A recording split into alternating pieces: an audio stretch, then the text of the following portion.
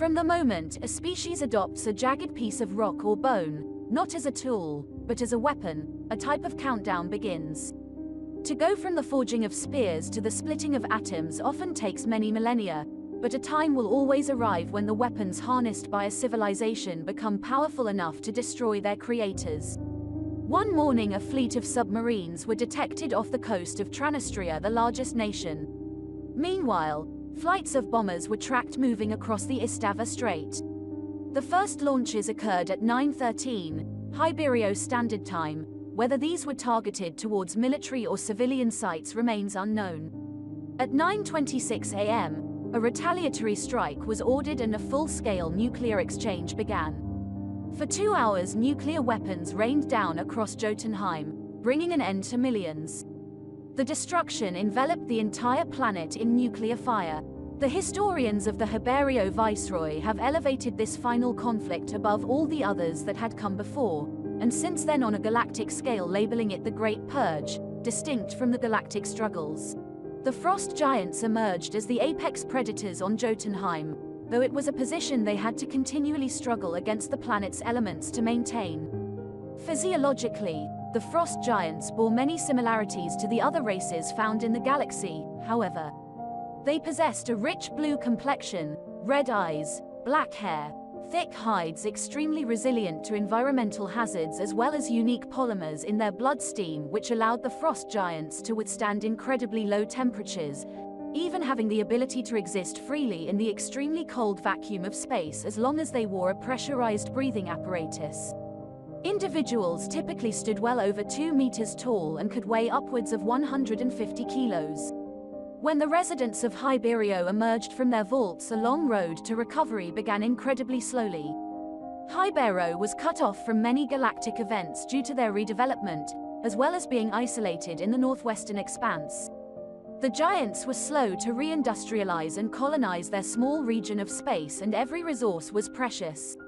What emerged was an incredibly materialistic population with a large lower class and a vastly smaller ruling class of bourgeois.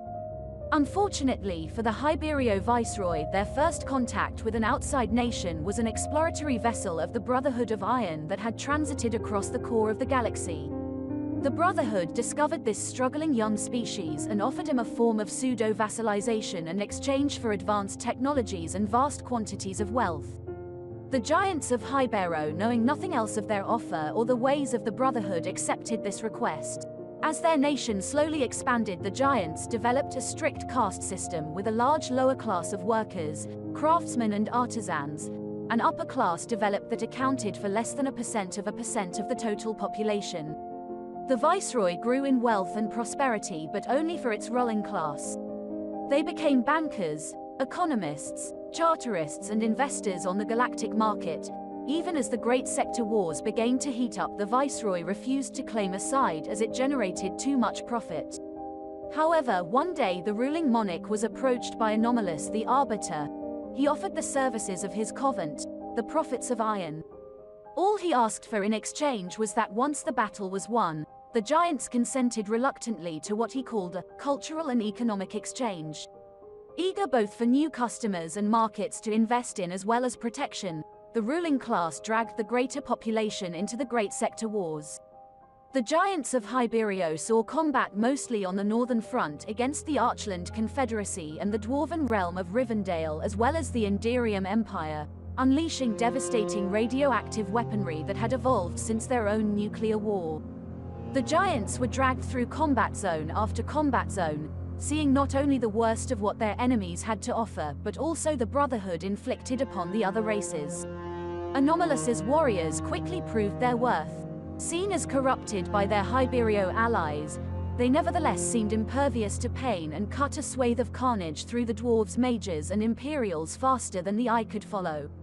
In their wake came groups of gruesome soldiers seemingly formed from mechanical and biological components alike. The tactics of the Brotherhood were stomach-churning, but the Hybero soldiers could not help but be impressed. However, the Convent of Iron unleashed their new terrifying weapons onto the field against the Endarians. They were towering forms of flesh and bone, ribs protruding from a weeping mass of scar tissue. Armor plating tore into their backs and stomachs, bubbling and glowing red with netheric energy. Needles were half buried in their skins and wounds crudely sewn together. They screamed and moaned in despair as they tore their way through the 2nd Legion's detachment, emerging victorious after 23 hours of butchery. The newest weapons crafted by the prophets of iron bore strips of skin of a striking similarity to the blue flesh of the giants themselves. Within seconds of the realization of what had become of the cultural exchange, furious at Anomlu's treachery, fleet reserves were mobilized from the nearby Hybero-occupied world of Stonehill. As they engaged their former ally in orbit of Nivellir, they found his starships to be nothing more than mirages, tricks of light and shadow casted by netheric magic. It was then that the first distress calls from their army bases were received. The Hybero fleet raced with all possible speed back to Stonehill, but the planet they had departed was now unrecognizable. Where there had once been great dwarven cities and Hybero army camps, there were now only ruins and the unmistakable signs of struggle, death and slaughter. Yet not a single body was found. The Viceroy promptly closed their borders to the Brotherhood, fortifying any entrances in and out of their nations to do what they did best and wait out the remainder of the war, generating profit. The Hybero Viceroy today remains as a financial powerhouse, with the worlds of the Viceroy hosting beautiful crystalline skyscrapers resembling ice spikes and large underground vaults, investing heavily in the galactic market, forming many partnerships with the merchants of Ulna. The Viceroy has also become a leading producer in nuclear-related technology and weaponry. Hybero society still revolves around a large upper class, but with technological reciprocation from the Solar Federation, they have been able to provide modest living conditions for their lower class. However, they refuse to be tied militarily to another power, never again to be embarrassed.